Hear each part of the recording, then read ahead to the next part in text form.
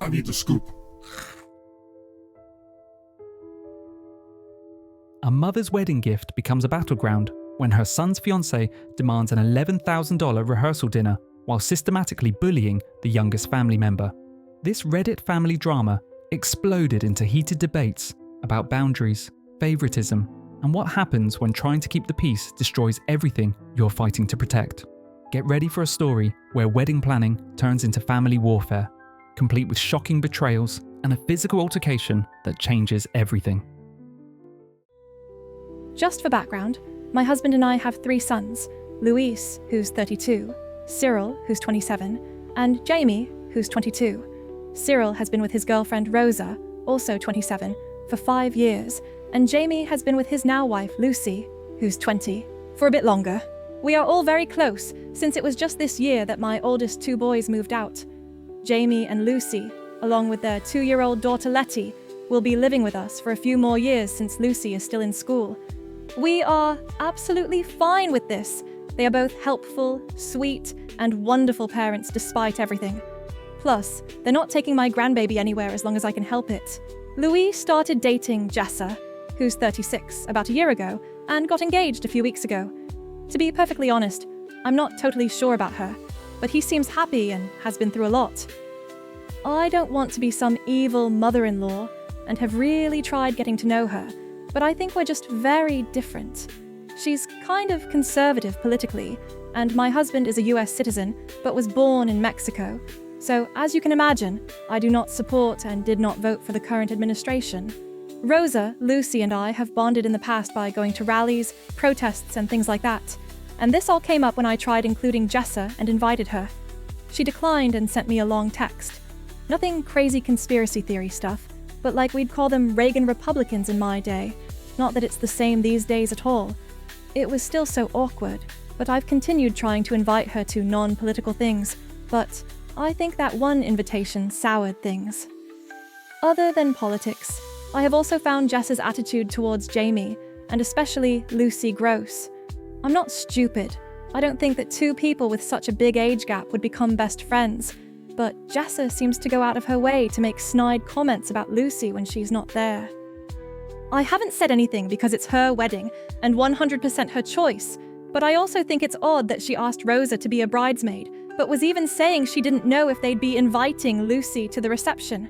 She thinks Lucy should stay home watching Letty because she won't have fun since she won't let her drink.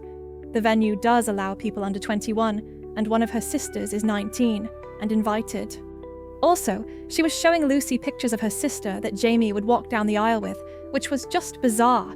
Rosa and Lucy have both acknowledged it, but haven't seemed too upset. It's still gross. Anyway, Jessa texted us earlier asking about the budget for the rehearsal dinner, and I just feel like I don't want to spend any more money on this than I have to. My husband thinks it's best to just leave it, but it feels like the principle of the matter. Plus, they're not even having a rehearsal or anything. They just want to have a dinner.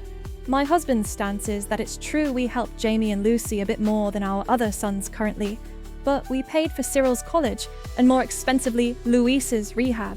7 years sober. We are all so proud. He said not to let politics get in between family, but even if she was a true blue liberal, I wouldn't like the way she has been treating Jamie and Lucy.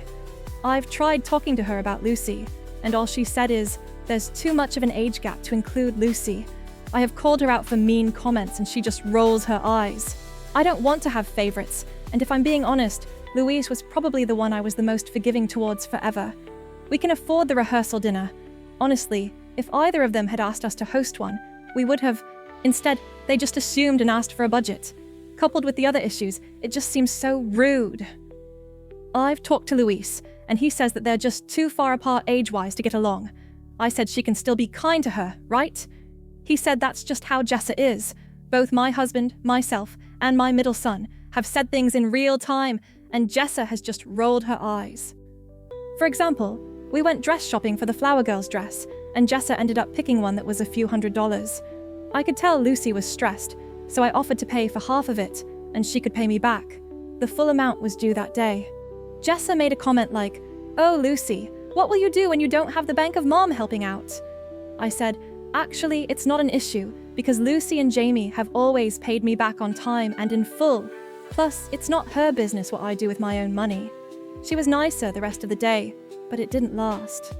Ultimately, I want to continue having a close relationship with my children and their partners, but I also don't want to be walked all over, and I don't want to seem like I'm condoning bullying.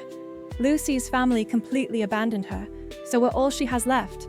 I don't want her to feel like we don't care about her.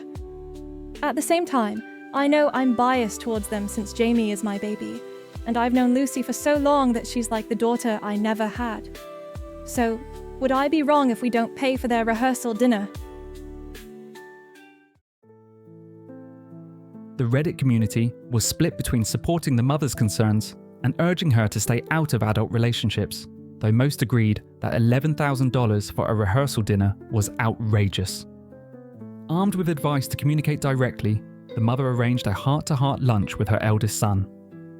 What she discovered about the depth of her son's conflict would shake her understanding of her own family. Thanks for all of your advice on my last post. As I mentioned, I want to be a good mother-in-law. I remember when my boys were young and we'd watch Everybody Loves Raymond, and I'd say I would never be a Marie. I mentioned our political differences to be upfront. I know it's a bias, but it's not the main reason I dislike Jessa, just one of them. I get that I would be wrong not to pay for their rehearsal dinner. A few of you gave me the advice to just let my kids work it out, and some of you said to talk to Luis one-on-one, so I invited him to lunch yesterday. Before that, I had texted the two of them back saying that we'd love to plan them a rehearsal dinner and to let us know if they had any ideas. Jessa sent us a contract for a place with an $11,000 minimum.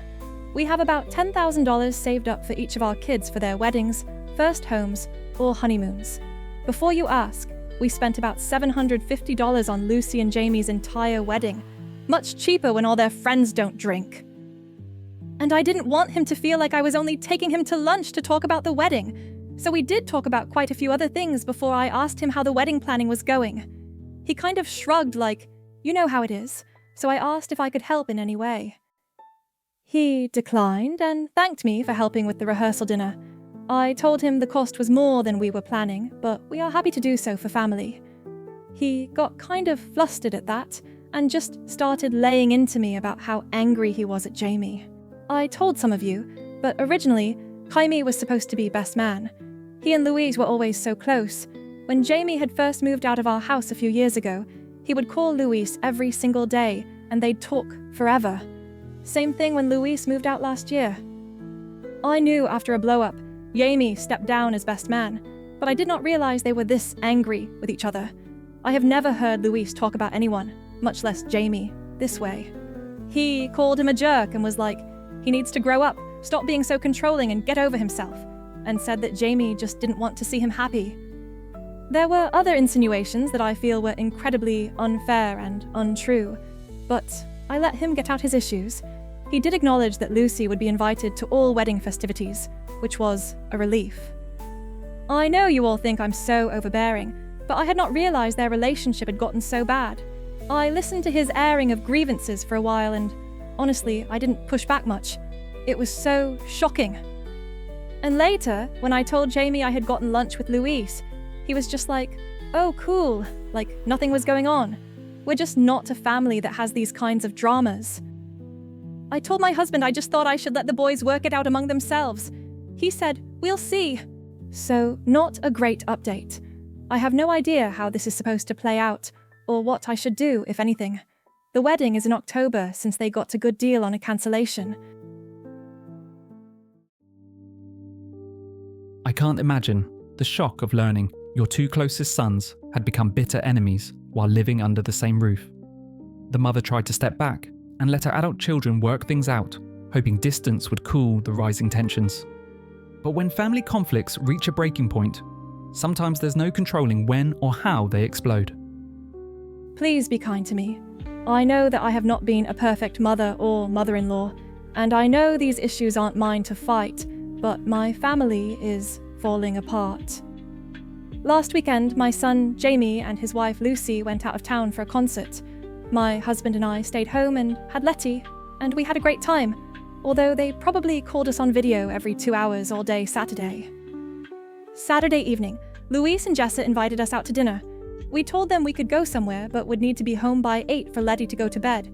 Or they could come to our place and we could get takeout and hang out here. I assumed they wanted to talk about the rehearsal dinner. They didn't respond until after I got home from church, and my son just texted me and said, "We were thinking somewhere nicer, never mind." Kind of odd, but whatever. Everyone got home safely, but Jessa and Luis skipped our Sunday dinner the next day. Then, a few days ago, I was home with Lucy and Letty, and Luis came over with Jessa to pick up the ring. Luis has this thing with Letty, where he'll walk in and say, "Ring, ring," and she'll yell, "Hello," and then he picks her up and gives her hugs and kisses. But he came in and was just ignoring her, so she ran up with her arms out and yelled, "Hello," and he just walked past her. He got what he needed and they left, but I was appalled. I asked Lucy if we should tell Jamie, and she just said that we probably shouldn't.